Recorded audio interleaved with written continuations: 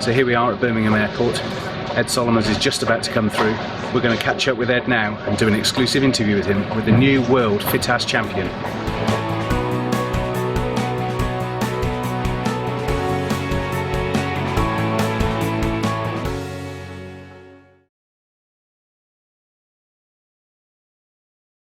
Literally just come off the plane. You have a few problems with your guns, but congratulations, you're the World FITASC champion. Yeah, over the moon. I should say a little bit of a snare up there, but no, happy to be back and happy to get a World Championship under my belt. Been waiting a while for it. As you say, it has been a long time coming, but also in terms of that, you know, a lot of people don't understand that a FITASC World or European Championship, it's a marathon. It's definitely not a sprint. Yeah, it was very hard work. The first 2 days weren't really an issue, and then when I did the third day and shot good and ended up being 4 in front, that actually made it harder in my book, because then you're almost defending it rather than going out and attacking it. And the last 25 was very hard work, and I think probably looked quite hard work as well. But yeah, it did enough, so that's all I was worried about really. In terms of that though, for you, preparation is key, and I know when we spoke a couple of weeks ago at Westfield, you know, you were saying coaching sometimes can tire you out, but certainly your preparation for this competition was spot on. Yeah, I think a massive difference was having the week off. We went down to Mum and Dad's place on the south coast, and I just did nothing for a week, and I felt so much better mentally. I've not felt I've had any technical problems for a while, but it's just been running on an empty tank really. But no, that made a massive difference. So bit of a learning curve, I suppose. And certainly as well, you know, a lot of people talk about the American dominance and Americans coming through, but really nice to see that we had a gold and we had a bronze on the podium. Yeah, we had a gold and bronze. We also had Jake Moore in the juniors, which was fantastic. But no, it shows that we're still reasonably tidy, despite the fact that we're probably going about it in a slightly backward way compared to the Americans. But yeah, good result all round really. And with you, you know, you shoot both sporting and you shoot FITASC. What's the big challenge with FITASC? For me, it's shooting gun down, because I don't really do it. I think I shoot FITASC probably 4 times a year, 5 times a year maybe. But it's a different way of doing it for me. There's certainly the quartering targets. I have to shoot quite a lot different to how I normally do them. But it's an interesting challenge, and yeah, it seemed to work out all right for me. And for you, sort of one final question. For you, though, it does seem the next generation of shooters are coming through. We look at the ages now of Gebbon over in America. We look at yourself, Mark Windsor coming through as well. Yes, we saw George win the World Sporting earlier this year, but there certainly is the next generation now coming through. Yeah, I think you've got probably 15, 20 really good, consistent young shots, or sort of younger shots. Phil Gray's probably only 23, 24 maybe. He's starting to shoot really well again. Chris Childerhouse, there's a really good crop, which is fantastic really. Good signs going forwards. And for you now, what are you going to do now you're back in the UK? Work tomorrow, more coaching. I think it's I've got 12 or 14 days in a row, and then it's and then the classic. So obviously not learned from the preparation side of this, and I'll go straight into that. But yeah, we'll see how it goes. Good problem to have. Well, congratulations again, and thanks for taking some time with us. Cheers, Phil.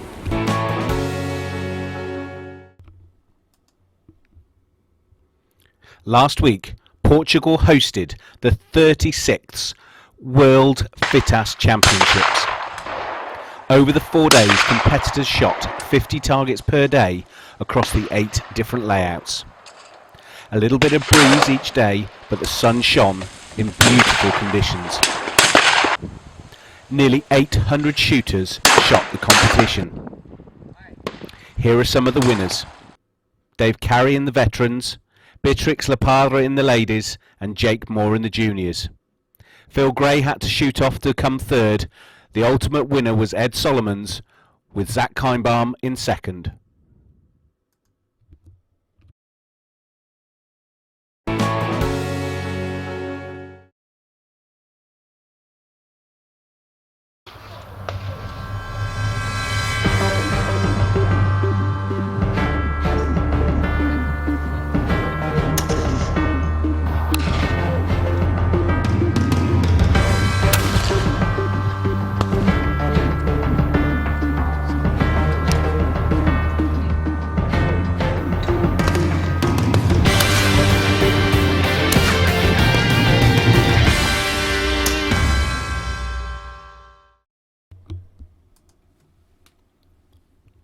Nestled in Hampshire is the Owls Lodge Shooting School, situated just minutes off the A303 near Andover.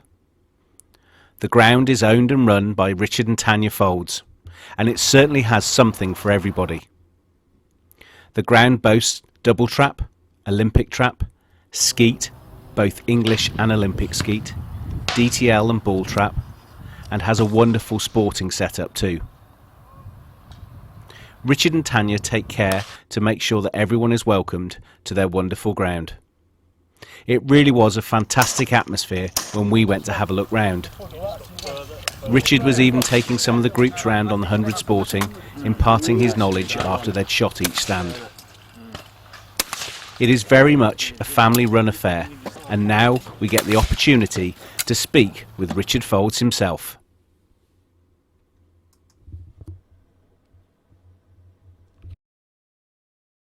Richard, it's a beautiful sunny day. We're down in Hampshire at your ground. What prompted you to set up this ground? We started this in about 1994-95 originally with the trap layout, which is it's just around the corner.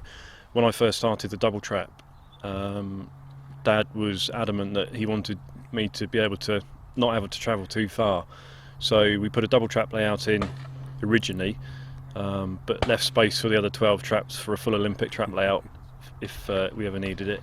And then just really from there it just grew over the years. We struggled for a long time with planning permission, but we eventually got through all that, and really over the last kind of 6 or 7 years we've developed it into what it is now. And looking around the ground, you know, it's nice to see you've been planting some more trees. It's quite well established now. You've got a really nice clubhouse. What other plans have you got for the ground? We're always doing little bits, tinkering and changing stuff and trying to fit new stands in. You know, we haven't got masses of space here, but we've got a little bit of everything. We've got DTL, skeet, sporting, all the Olympic disciplines, compact, we can do Fittest, all sorts of stuff. So we've got pretty much a bit of everything, but not hundreds of acres to do it on. So we try our best. And in terms of that, today we're looking, you've got 100 Sporting on today. What makes your targets testing for people? Well, just we try and put a balance on really. If you put a tough bird on a stand, put a sensible one with it, so at least your B's and C's can come off with 50%, maybe more if they shoot the stand well. So if you do that on the majority of the stands, then hopefully you get a good balance of targets. In terms of a balance of targets, you know, the sport is becoming more in the spotlight now. You know, obviously from a profile from 2000 with your gold, obviously with Pete Wilson, also now with Amber as well. The sport is coming into that. What more can we do in this UK to make the sport better and more professional? The professionalism in the UK is where the sport lacks massively compared to what we see in the US, where we spend a fair bit of time now. We have done the last couple of years. The whole enthusiasm for the sport over there is massive. All of their national events, even the regional events, are like a mini game fair.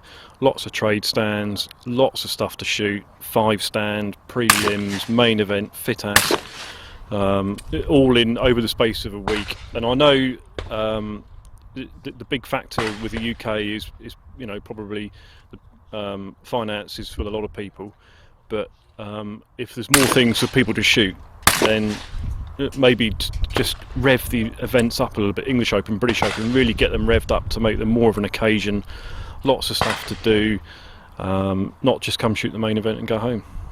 The World Sporting this year was probably deemed to be a success. I think EJ Churchill certainly put a good show on. How do you think that could be bettered though?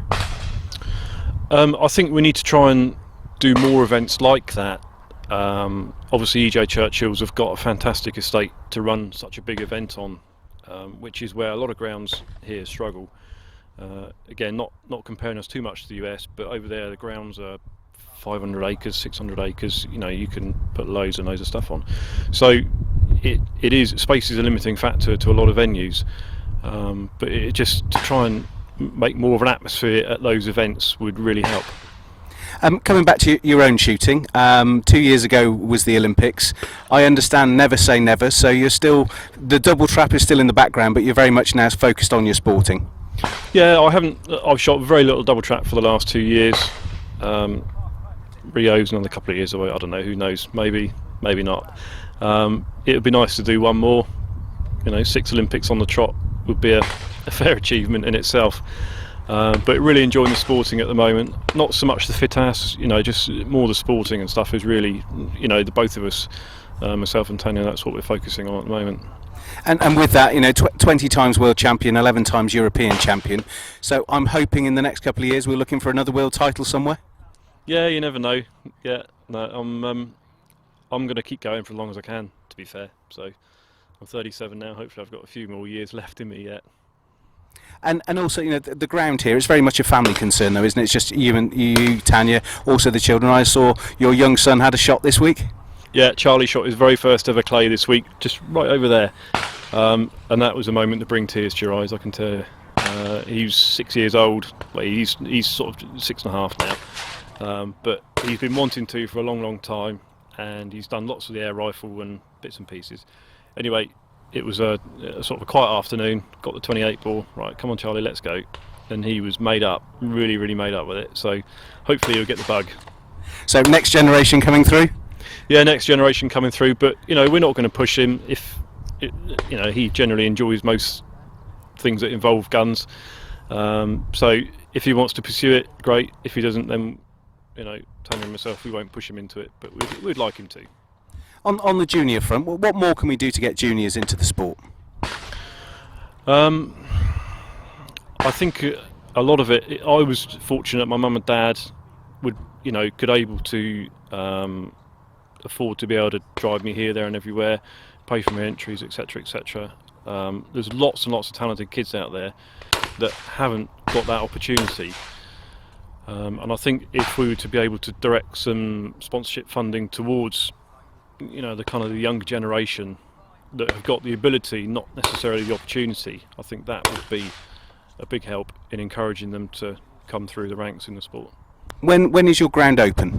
We're open every Tuesday and Thursday from 10 till 6. That's 52 weeks a year, and then we're open on the second Saturday of every month.